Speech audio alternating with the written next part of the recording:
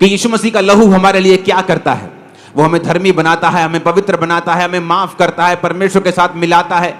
ये एक वाचा का लहू है, परमेश्वर हमारे साथ वाचा बांधता है, मेरे लिए दया को मांगता है। परमेश्वर का लहू, हाबिल का लहू अपने लिए न्याय मांग रहा था, लेकिन जीसस क्राइस्ट का लहू जब बहा, वो मेरे लिए दया को मांग रहा है कि इन लोगों के ऊपर दया कर, क्योंकि मैं इनके लिए बहा हूं।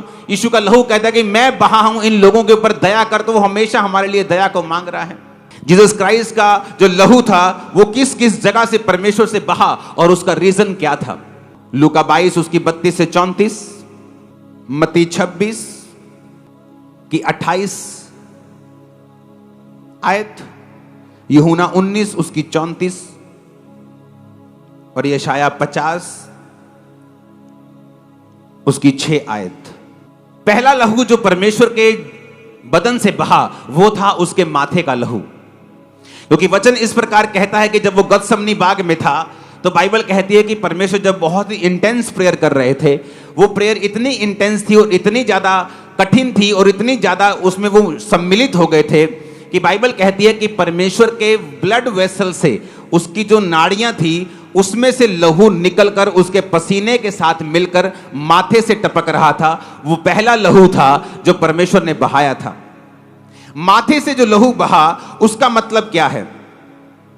उसका मतलब यह है कि इंसान जो था, आदम जो था, अपनी इच्छा को, अपनी विल को परमेश्वर के सामने समर्पित नहीं कर पाया, इसलिए उसने शैतान के सामने घुटने टेक दिए थे और उसकी पत्नी ने वो फल खाया जो वर्जित था और उसके बाद अपने पति को खाने के लिए भी बोला।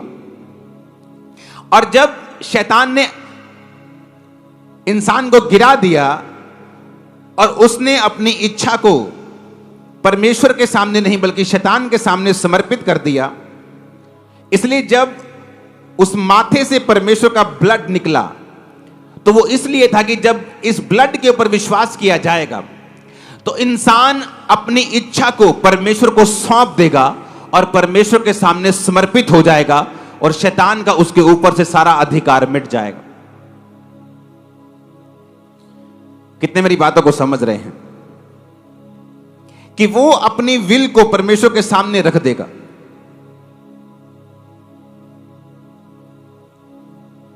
दूसरा लहू जो परमेश्वर के फेस से निकला, यशाया 50 उसकी 6 आयत में लिखा है, मैंने मारने वालों को अपनी पीठ, गलमोछ नोचने वालों को यानी दाढ़ी नोचने वालों को अपने गाल दिए, अपमानित होने और थूकने से मैंने अपना मुंह नहीं छुपाया। जो दूसरा लहू परमेश्वर के बॉडी से निकला वो था कि जब परमेश्वर को थप्पड़ मारे जा रहे थे, जब परमेश्वर को लेके गए और उसके गाल नोचे जा रहे थे और उसकी दाढ़ी नोची जा रही थी। जब उसकी दाढ़ी को नोचा जा रहा था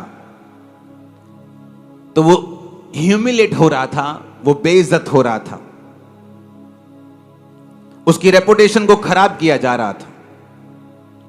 और जब आप उस लहू के ऊपर विश्वास करते हैं जो परमेश्वर के गालों से बहा, तो आप फिर यह भी बिलीव करते हैं जो उसके फेस से बहा, फिर आप यह भी बिलीव करते हैं कि वो आपकी खोई हुई रेपुटेशन को वापस कर देगा। आपके कर्जे ने रेपुटेशन खराब कर दी, आपकी पास्ट लाइफ ने आपकी रेपुटेशन खराब कर दी, आपका नाम खराब कर दिया, आपको बेइज्जत हुआ, आपकी लाइफ में बेइज्जती ही बेइज्जती रही, रिजेक्शन ही रिजेक्शन रही।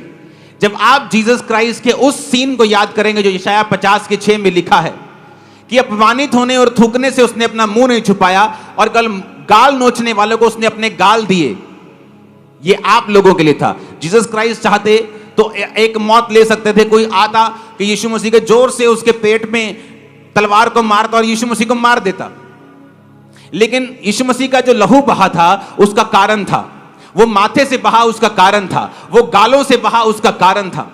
बाइबल कहती है जब उसकी दाढ़ी को नोचा जा रहा था तो वचन ये कहता है कि जब दाढ़ी की बात बाइबल में आती है तो प्रीस्टहुड की बात आती है, तो याजक की बात आती है, ग्लोरी की बात आती है, तो परमेश्वर इज्जत की बात आती है।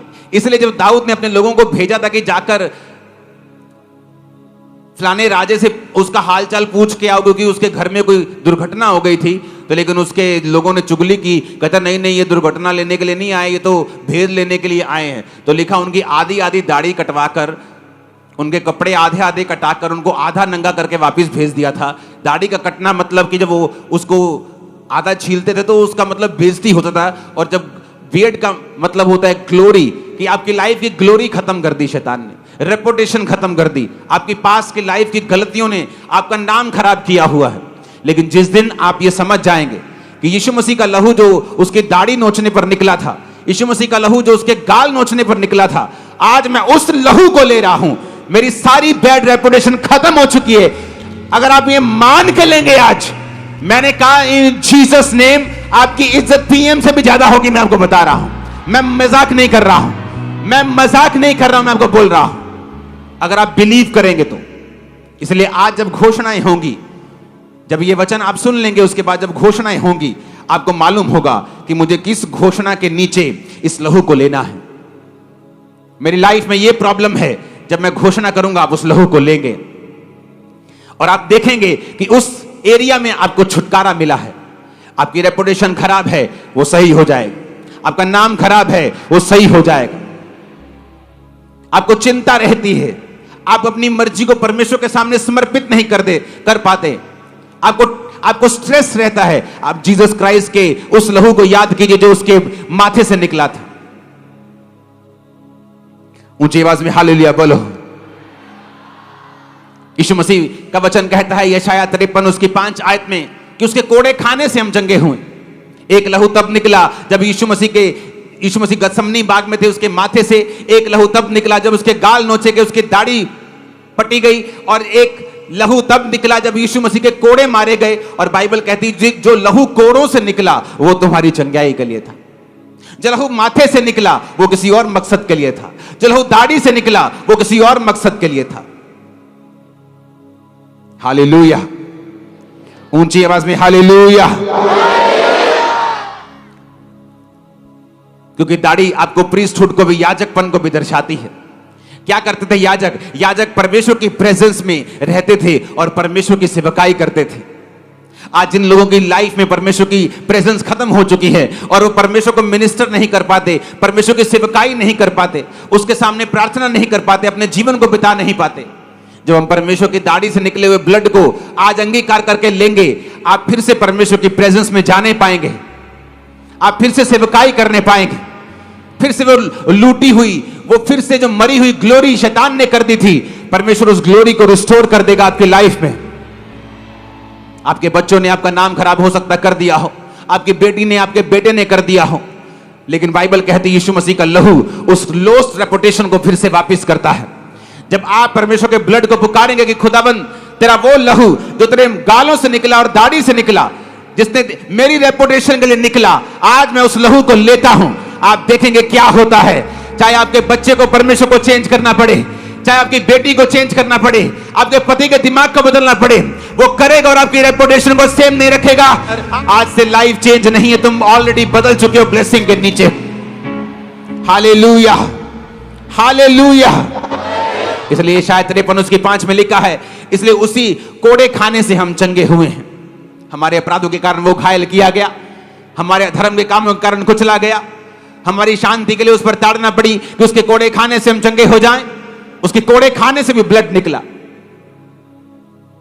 जो ब्लड उसके कोड़ों से निकला वो हमारी हीलिंग के लिए था। वो हीलिंग जो मुझे मिली, वो हीलिंग जो जलंधर के सबसे पहले डॉक्टर्स भी नहीं कर पाए थे। जलंधर के सबसे ओल्ड डॉक्टर्स, नाम है जिनका, पॉसिबल नहीं। उसके कोड़े खाने से हम चंगे हो चुके हैं। फिर एक ब्लड निकला परमेश्वर के कांटों के ताज से। परमेश्वर के जब कांटों का ताज जला गया तो बाइबल कहती है उसमें से ब्लड निकला। क्यों निकला कांटों का ताज? क्योंकि वो कांटों का ताज आपके लिए और मेरे लिए था। ताज डाला जाता है राजा को, ताज डाला जाता है जब एक राजे की राजपोशी की जाती है, जब एक राजा जीतता है ताज उसको डाला जाता है। वो ताज अपने लिए तो वो ये सोच के डाल रहे थे कि हम यीशु मसीह की बेइज्जती कर रहे हैं, लेकिन यीशु मसीह ये ताज को इस तरह से ले रहा था कि मैं जीत रहा हूं शैतान के किंगडम के खिलाफ। और जो कोई व्यक्ति इस कांटों के ताज के बहे हुए लहू पर विश्वास करेगा, वो शैतान के राज्य के ऊपर जीत प्राप्त करेगा। उसके घराने के ऊपर शैतान का कभी राज ना होगा, जादू टोने का कभी भी राज ना होगा। उसके मन पे, उसके दिमाग पे, उसके बच्चों पे शैतान कभी राज ना करने पाएगा। ये वो लहू था जो परमेश्वर के थ्रोन से, ये परमेश्वर के जो कांटों का ताज था उससे बहा था। परमेश्वर का लहू उससे बहा ताकि हमारा माइंड जो है वो परमेश्वर के जैसा हो जाए। हालेलुया, ऊंची आवाज से बोलो हालेलुया। फिर एक लहू बहा परमेश्वर के हाथों से। बाइबल कहती इंसान के काम गंदगी से भरे हुए थे। जब जीसस क्राइस्ट के हाथों के ऊपर वो नेल्स, वो कील मारे गए तो फिर ब्लड निकला, क्योंकि कोई भी इंसान धर्म के काम नहीं कर पा रहा था, परमेश्वर से दूर था। उस नेल से, उस कीलों से बहे हुए लहू से आज हम फिर परमेश्वर में चल सकते हैं और काम कर सकते हैं। जो लहू परमेश्वर के पांव से बहा, आज हम परमेश्वर के साथ साथ चल सकते हैं। जब हम उसके हाथों के कीलों के से बहा हुआ लहू और उसके पांवों से बहे हुए लहू पर विश्वास करते हैं, हमारी चाल सीधी हो जाती है। मान लीजिए आप जब घर जाते हैं, शैतान आप पर अटैक करता है, आपकी सोच के ऊपर अटैक करता है, आप चाहते हुए भी सीधा नहीं चल पाते। आज जब मैं घोषणा करूंगा, यीशु मसीह का लहू जो पैरों से निकला और आप उसे रिसीव करेंगे, आप महसूस करेंगे कि जब आप घर में गए हैं, पवित्रताई में चलना आपके लिए इजी हो रहा है, सांसारिक फीलिंग से निकलना आपके लिए आसान हो रहा है। और आमीन, मेरे को ऊंचे वाला चाहिए। हालेलुया, हालेलुया, ऊंची आवाज में हालेलुया बोलो फिर से।